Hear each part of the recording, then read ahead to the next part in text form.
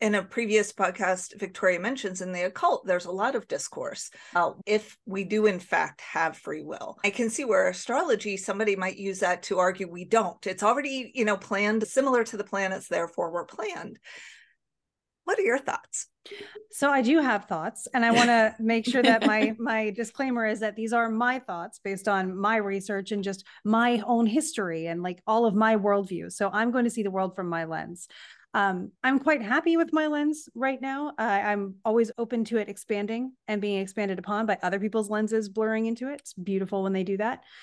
But when I started learning astrology, I started with Hellenistic because I was like, how close to the source can I get? So I can see all of everybody that's thought about this before me and incorporate that into my opinion. So I took a course by Chris Brennan, highly recommended if anybody wants to get into astrology from a Hellenistic level. And he begins his book, which is truly Hellenistic astrology, the study of fate and fortune, about, is this fate? Like, is it fated? Is predeterminism a thing? Because astrology is a thing. Like, if we believe this, how far do we have to go? And he starts with, I can remember 3 different schools of thought that went on with that. And I listened to each of them. And one was, partial determinism. You're always going to have these conditions. Some things are definitely going to happen this way, because we can look at the condition of your natal chart and say, these transits are going to come in your life. And that's going to be a challenging time. So it's like being an author who completed a story, because you can look at the whole book and then look back at the plot points as it's progressing. And you can look ahead a little bit and tell the hero before they even get there, hey, prep for this. This is your 3rd act plot point. So it's really cool in a sense to prepare for it, but also, does it make you feel powerless? Now, I have a lot of Plutonian and Scorpionic indicators in my chart. So the idea of power is something that I mull over a lot.